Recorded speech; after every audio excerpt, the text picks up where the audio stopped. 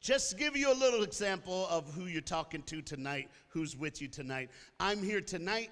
You'll see me around all week long. My friend will be here tomorrow morning. His name is Preston Cintuolo. He's from New Jersey.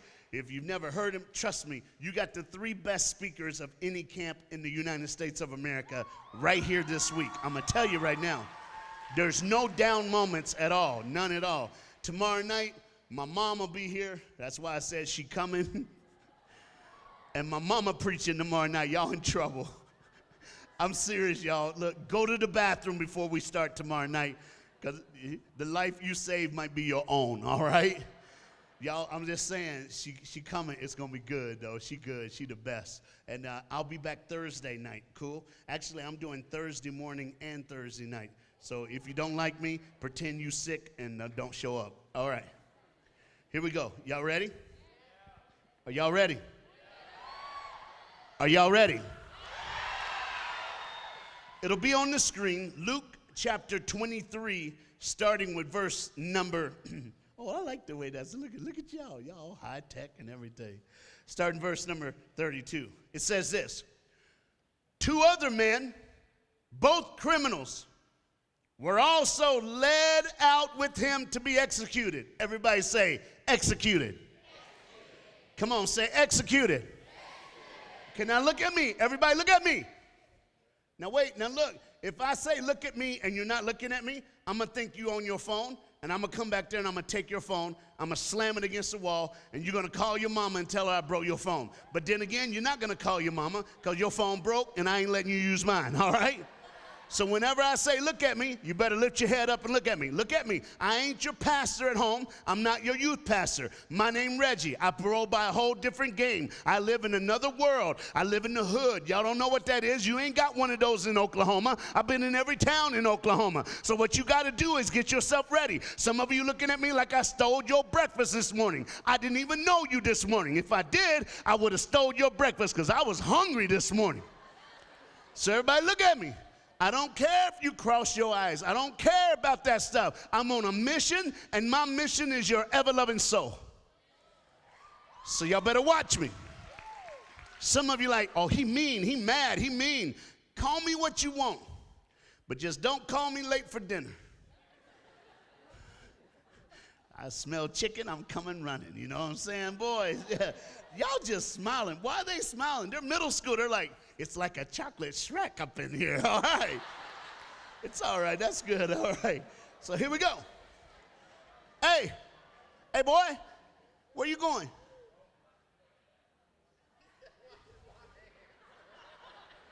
Hey, hurry up. I'm not going to say another word till you come back.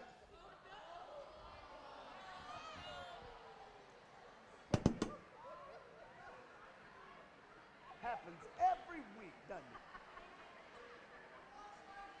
My baby, I love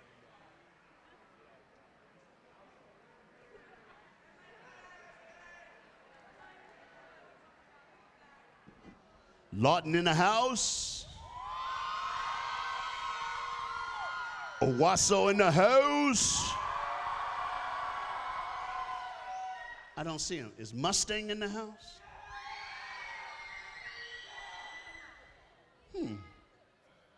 I'm sorry, those are the schools I spoke in this past school year, so I don't. Is somebody? No, I got you, bro. It's only Monday. I didn't speak at Norman, so you don't matter. What did you just say? Did he say homeschool? No, you did. Oh, I thought you said homeschool. I can't hear what. Come here, man. Come here. You got to give where's that boy? How long does it take to wash? Oh, he back? All right, cool. Good. Hey, man. He back. Good. Okay, who you from? Y'all better respond. Omongi and Beggs, First Assembly of God, stand up. Yeah, you know what's up. That's good, though, bro. You tried. Ain't nothing wrong. Who's really from Beggs? Who's from Beggs? Stand up if you from that church. Just stand up. Come on. They mad at you, bro. Look at it. Dude in the orange shirt's like, I'm going to kill him in his sleep tonight. I'm just playing. I ain't gonna do it. It's all good. Everybody touch your neighbor and say, all right, all right, all right. Let's do this. Here we go. 2 other men, both criminals, were also led out with him to be executed. Verse 33. When they came to a place called the Skull, everybody say the Skull. There they crucified him along with the criminals, one on the right and the other on the left. Stop right there. Look at Reggie. I want y'all to see something. There's something you need to understand. See, I went to like the whole seminary, college thing, right? And this whole story is something cool. On the day that they killed Jesus, because of their little rule of their little Roman holiday, they could only kill 3 men, which is why one got to go free so that they could kill Jesus. Remember that? Who remembers who that was? Barabbas. I got some church people in the room.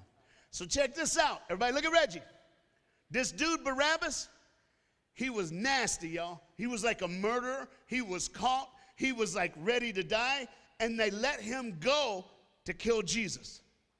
So literally, the day before he was going to be executed, they opened the cell. He's thinking that he's going to die. And they say, you can go. They let him go so they can kill Jesus. Now watch this. Touch your neighbor and say, here we go. Touch your other neighbor and say, this is going to be good. Romans, on that holiday, they could only kill 3 men. But here's the other rule.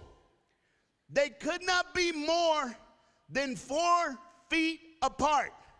So literally, from one thief to the other thief was only 8 feet. We think it was some big, huge mountaintop. They couldn't by law kill him more than 8 feet across. Let me show you what that looks like. So everybody look at Reggie. See where I'm at? I'm going to take a step. You got to count. Count out loud. Everybody, count out loud. Here we go. 1. That was not everybody. Now that kid over there, he's screaming like 5 people, all right? Which is fine with me. Do what you got to do. Everybody ready? Come on. 1. That's good. Keep going. 2. All right, that's good. Here we go. 3. All right, come on. One more time. 4. Okay, stop right here. Y'all see where I'm at? From there to here. So there was a thief right there. Jesus is right here. Got it? Let's keep going. 1. Okay, half of you said 5. The other half said 1. Do what you got to do. We're just going to go, okay. Let's back up. Let's go with 5, all right? Everybody, we're going to go with 5. Here we go. 1. Yeah, yeah, yeah. 6. Oh, yeah, yeah, yeah. 7. One more time. 8. Cool. Y'all got it? That's how far across they were. Now let me lay something on you. Somebody touch your neighbor and say, here it is. Look at your other neighbor and say, point number 1. Everybody look at Reggie. No matter who you are in this room, no matter where you are in this room, no matter what lie you're living in this room, no matter what sin, no matter who you slept with, because you nasty. Don't matter who you are. I'm here on this first night to tell you this. No matter what you've done, no matter what the devil says that the Jesus can't take care of, you are only 4 steps from the man in the middle. You are 4 steps from hope, 4 steps from victory, 4 steps from the answer, 4 steps. Oh, y'all don't go with me tonight. You see, we will. You're only 4 steps from Jesus because he's the man in the middle. No matter what you're going through tonight, you need to look to the man in the middle because he'll take care of you. Touch your neighbor and say, look to the man in the middle. Let's keep reading. There they crucify him along with the criminals, one on the right and the other on the left. Jesus said, Father, forgive them, for they do not know what they're doing. And they divided his clothes by casting lots. Verse 39. One of the criminals who hung there hurled insults at him. Aren't you the Christ? Save yourself and us. But the other criminal rebuked him. Don't you fear God, he said, since you are under the same sentence? We are punished justly. Everybody say, we deserve this. Are y'all with me tonight? Say, we deserve this. For we are getting what our deeds deserve. Y'all get that? Say, deeds deserve. But this man did nothing wrong. Say, he did nothing wrong. Then he said to Jesus, look at me. He said 3 words. Do y'all see him? Then he said,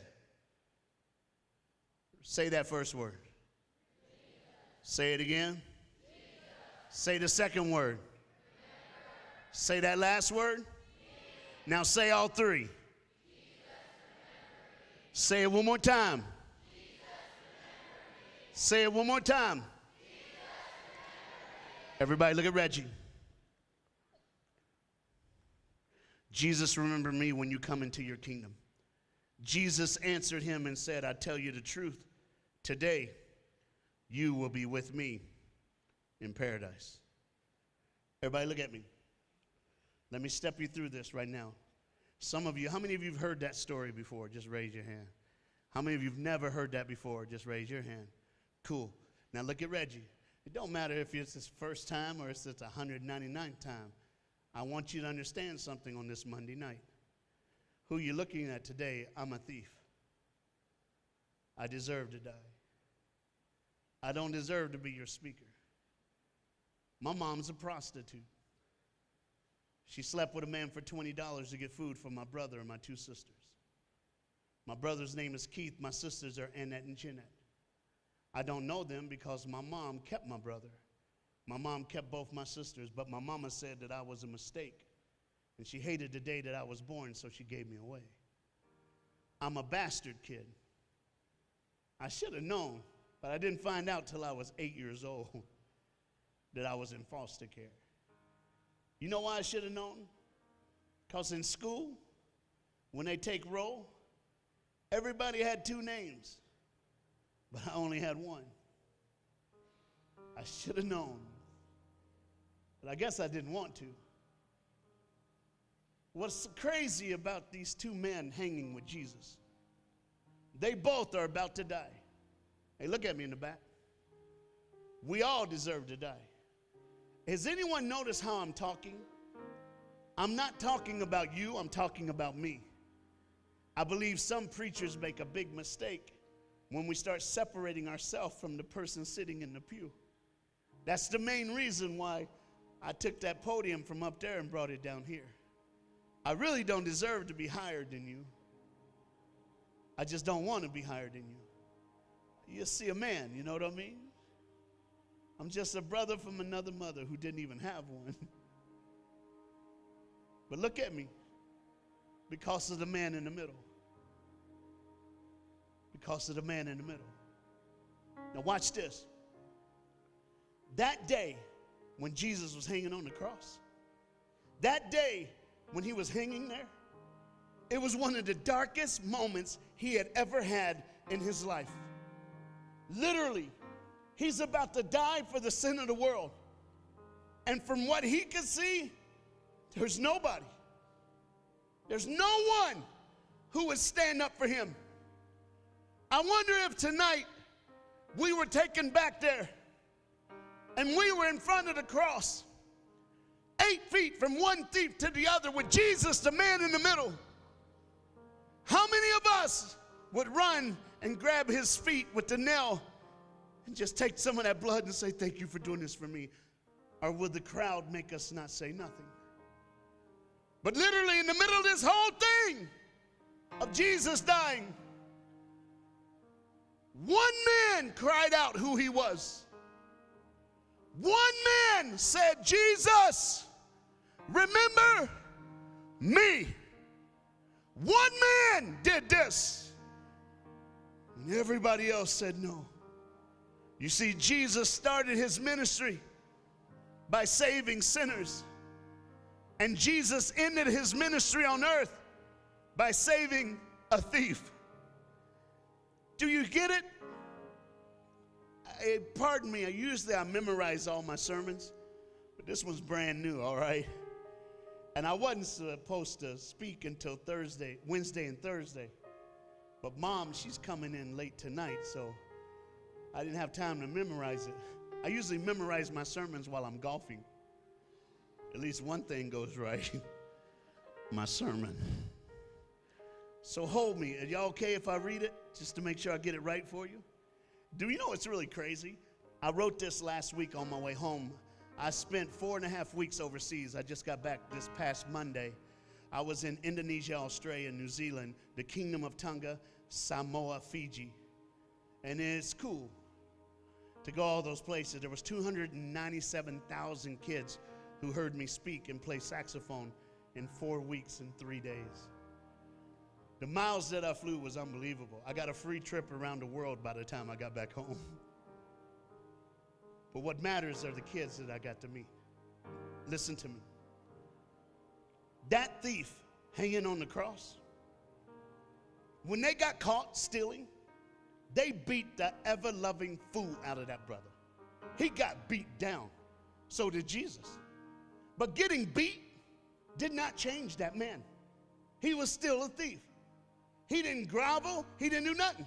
After they got beat, they went to court. They said everything that they'd done. He knew he had done wrong. But he was still arrogant, still proud, still boastful. It didn't change him. Beating didn't change him. The court didn't change him. When they hung him on a cross, it didn't change him. The only thing that we see that changed the thief was one thing. When Jesus said those words, Father, forgive them, for they don't know what they're doing. Something snapped in that thief. Somebody touch your neighbor and say, something snaps. Touch your other neighbor and say, something snaps. Look at Reggie and say, something snaps. Now check this out. You know what I love about this? The Bible doesn't tell us which thief it was. We don't know if it was the thief on the left or if it was the thief on the right. All we know is one thief got to go to heaven and the other thief went to hell. So the question tonight is, which thief are you? Which one are you? Are you going to let the world beat you down and still be prideful? Are you going to let the world tell all your secrets and still be prideful? Are you going to hear the words that Jesus said, Father, forgive them for they don't know what they're doing? Dude, every kid in this room, no matter what you do, he did that for you. He still died for you. He still got beat for you. He still hung on the cross for you. He still said, Father, forgive them for they don't know what they're doing. He did it for you, whether you believe him or not. He said it because he knew one thief would turn to him. And at that moment, you know what the thief did? I don't know which side he was on. He's hanging on the tree. He takes a deep breath. And that thief looked past Jesus to his friend, and he said, don't you fear God?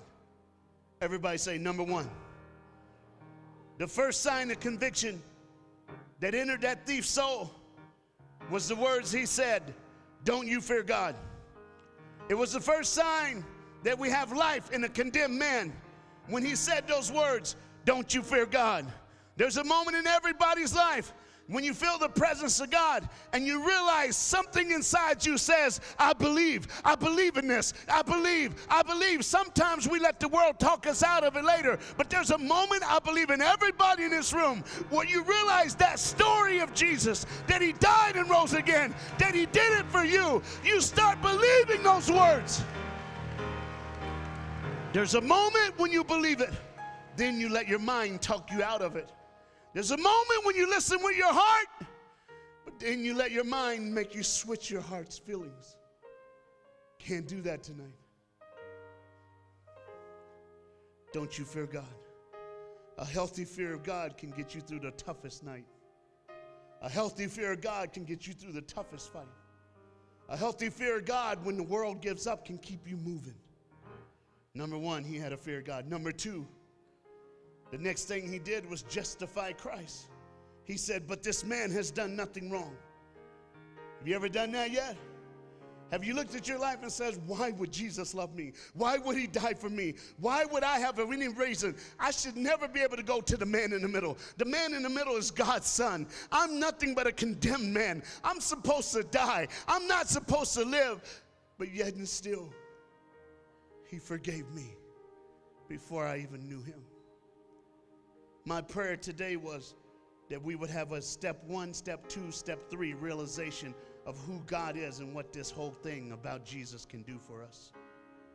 Second thing he did was justify Christ. He said this man has done nothing wrong.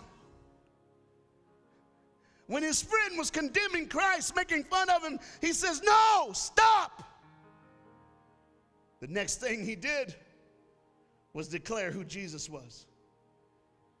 He justified and declared who he was, that he did nothing wrong.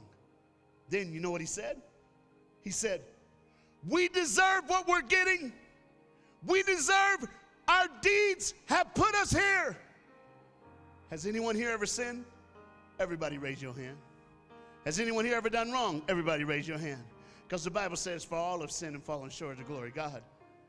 But the Bible also says, if you declare with your mouth that Jesus Christ is Lord and believe in your heart that God raised him from the dead, you will be saved. That's what it says. In other words, no matter what you've done, no matter what's put you on the cross, whether you're on the left or on the right, all you got to do is declare like that thief did, who Jesus Christ is, and you will be saved. You will be saved. You will be saved. Somebody touch your neighbor and say, you will be saved. Watch this. That thief, when Jesus died on the cross, a couple of things happened. When Jesus died on that Friday, there was a curtain real thick. It separated the presence of God from normal people. That curtain was ripped in half. Just God ripped the whole curtain down, just ripped it down, which means when Jesus died on the cross, he was the sacrifice, the ransom for everybody's salvation. So you don't need somebody to go for God for you. You can step up for yourself. In a few weeks, you're going to see a commercial come on TV. It's coming soon. The commercial is probably 7 different little commercials. One, you're going to see a little boy walking home from school. A van's going to pull up by the boy. 2 brothers are going to jump out with masks on. Grab the boy, throw him in the van, they're going to take him. The next commercial, you're going to hear the phone ring. And a mom outside on her cell phone because she's looking for a boy. He didn't come home. She's on the phone with her husband. Said it's 5 o'clock. He was supposed to be here at 3 o'clock. It's been, I don't know where he's at. I don't know what to do. Did you call the police? They're coming. The police is coming.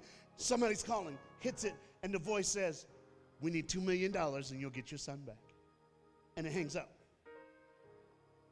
The husband comes home. Next commercial. This is cool. You see the inside of a hood, and you can see the kids breathing.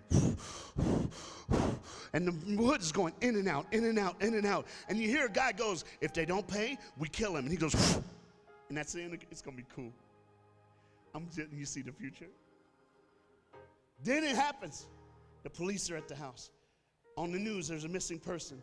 Amber alerts. People's phones are going nuts, dude. It's all about this boy, this little boy, this little boy.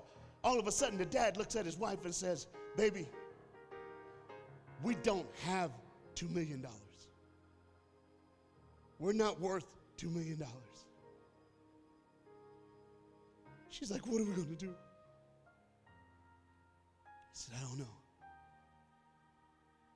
They said midnight, bring the money, midnight, bring the money, and your kid live. The last one, there's a doorbell ring. You can see the lady, she's sitting there. She's looking at her husband. She mad, y'all, she mad. She ready to beat up her husband. She mad, she real mad. All of a sudden, the doorbell rings. She opens the door, teenage boy, like a little moped, you know what I'm talking about? He goes, hey, lady, what's your name? I think this is for you. And she goes, what are you talking about? What are you doing? How did you get by the police? Oh, it's all right. They think I'm the pizza dude.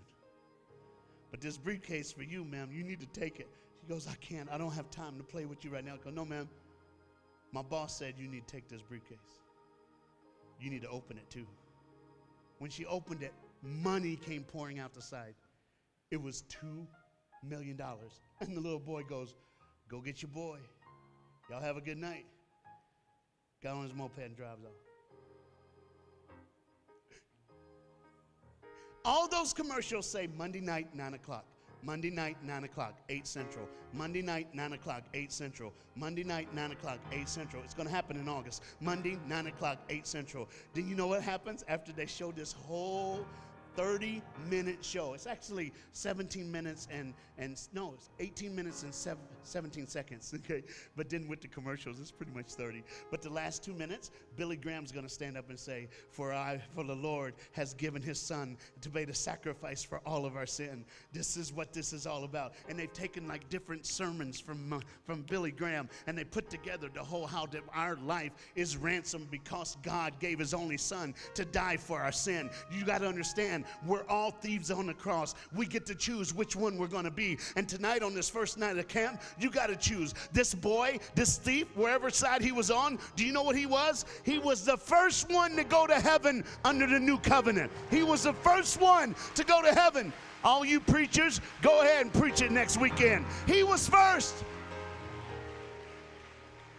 Dude, this kid had faith. Man, he had faith.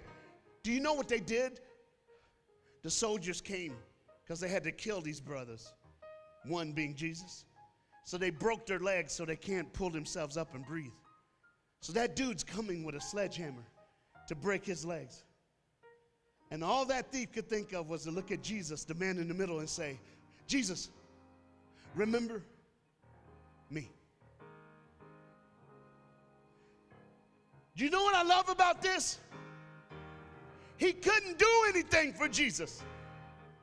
There's nothing that thief could have done to help Jesus. He couldn't save no one. He couldn't witness to no one. All he could do was have faith. Somebody say, I believe. Come on, say, I believe.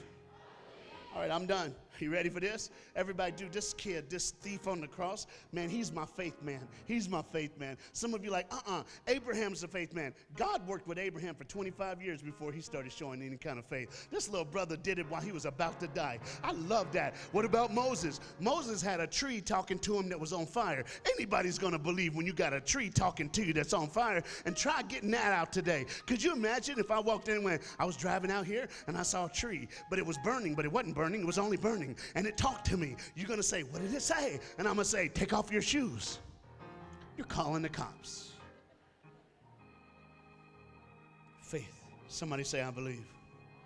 Come on, say, I believe. Come on, say, I believe. Where were the disciples? They saw Jesus raise people from the dead. They saw Jesus heal blind people, make crippled people walk again. They saw Jesus after 4 days, Lazarus dead, bring him back to life. None of them are there. One denied him 3 times. The other sold him for 30 pieces of silver. They're not there, but a thief is.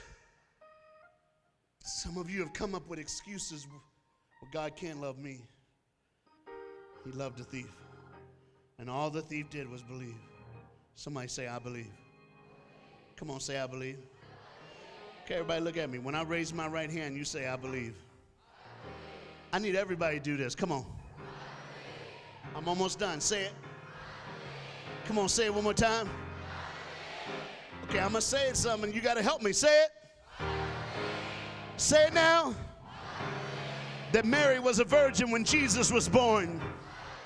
That God loved us so much that he gave his only son to pay our ransom for sin. That Jesus turned the water into wine. That Jesus made a blind man see. That he made a crippled man walk. That he raised Lazarus from the dead. That when a dad said, come heal my daughter, he did. On his way there, he made a woman not have issues no more. Every word in the Bible. That those words are for me. Even if I ain't got a family.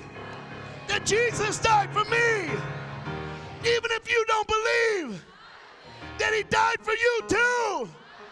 That he's coming back again. Somebody's going to get saved in this room tonight. I believe. I believe. Y'all made a mistake tonight. You sang the word. You sang the word. You sang the word. No mountain, whatever that other. I don't know. I don't even listen to Christian music. What was those words? What are you playing? What's the words of that song you're playing right now? There's no mountain high. I can't hear a word you saying, man. Wait, where's that girl? Come here. Get up there. Well, don't look at me and yell. Go up there and sing it.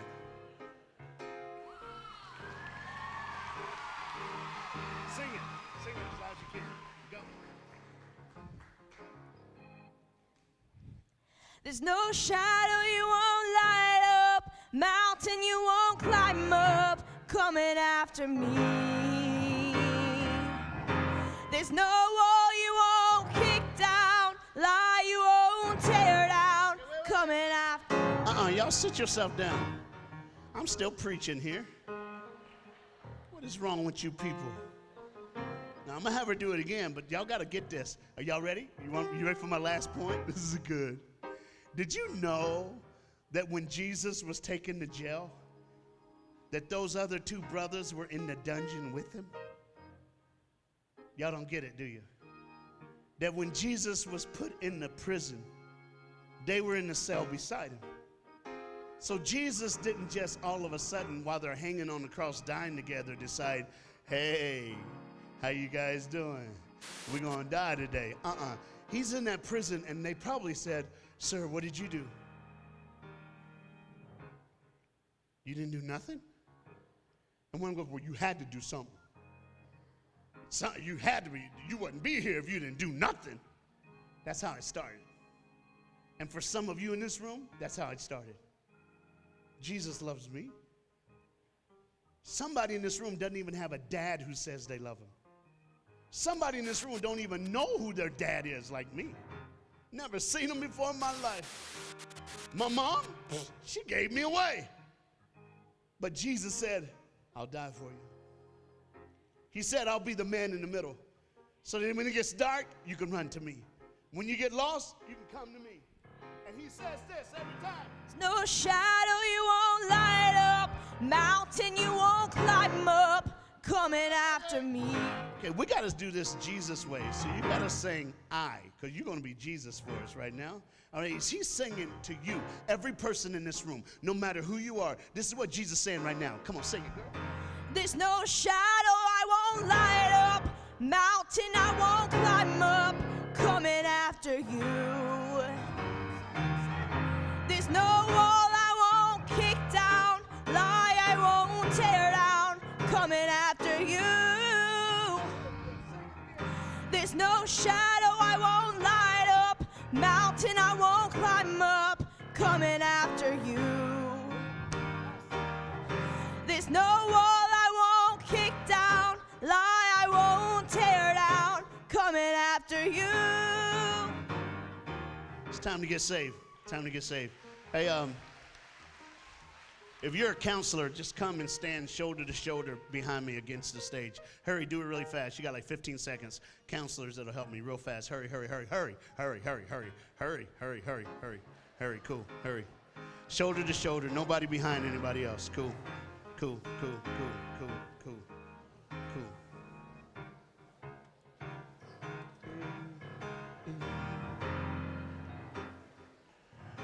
Cool. All right, everybody look at Reggie. Look at Reggie. Everybody look at Reggie. Everybody look at me. Y'all ain't looking at me. Here's the deal. I went to New Zealand. When I got to New Zealand, I got off the plane about noon, got to the hotel about 1. I had to speak that night. But when I got to my hotel room, there was a phone call. And I thought it was the lobby saying, how's your room? Is everything fine? I picked up the phone and said, my room's fine, everything's good.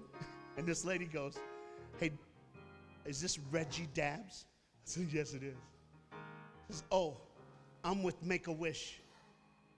Have you ever heard of Make-A-Wish? I said, yes.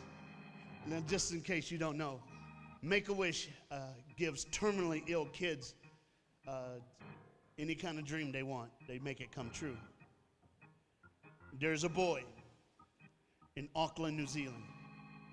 His wish was to meet me before he died.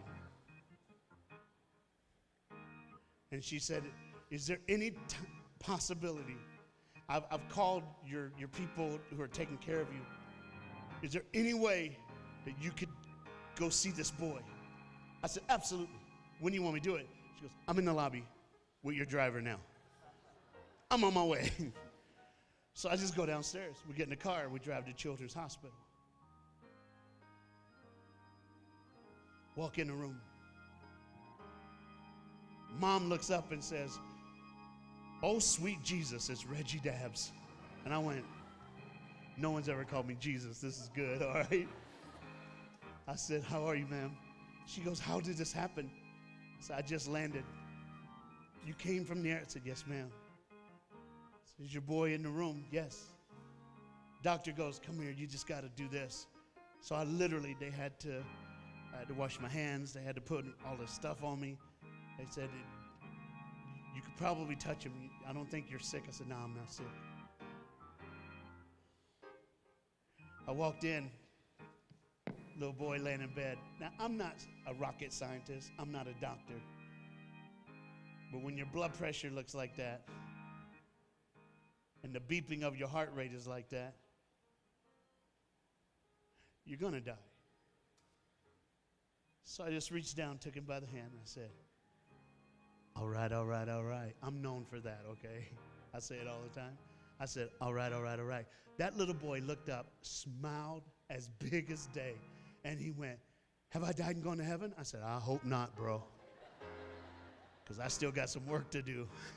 He said, "You're here. How did they find you?" I said, "Trust me, I don't know." I said, "Well, why did you want to meet me?" He goes, "You led me to Jesus. And I just wanted to thank you. Because of you, I'm not afraid to die."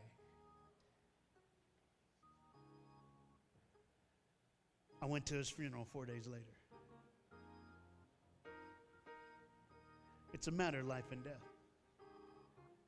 That's why I preach the way I do. That's why I put stories like this together. If you notice, everything I do goes back to the Word of God. Because Reggie can make you entertain you, but the Word of God can change your life forever. But here's the thumbs down. Are you a thief? Are you a thief? Yes, you are. But the question is, which one are you? Are you the thief that got redeemed? Are you the thief that's still hanging on the cross, trying to hold on to your sin, trying to hold on to your loss, trying to hold on to your past, trying to hold on to your wreck? Come on, you got it. Which one? Which one are you? You don't have to die like that. In the back, look at me. On the back, you got to look at me. Kids in the back, you got to look at me. You do not have to die like that. You don't have to go that way. There's a God in heaven. He chose you to be at this camp tonight. He chose for me to switch with Jeannie. He chose this sermon to be preached, and he chose you to come home. You got to go home.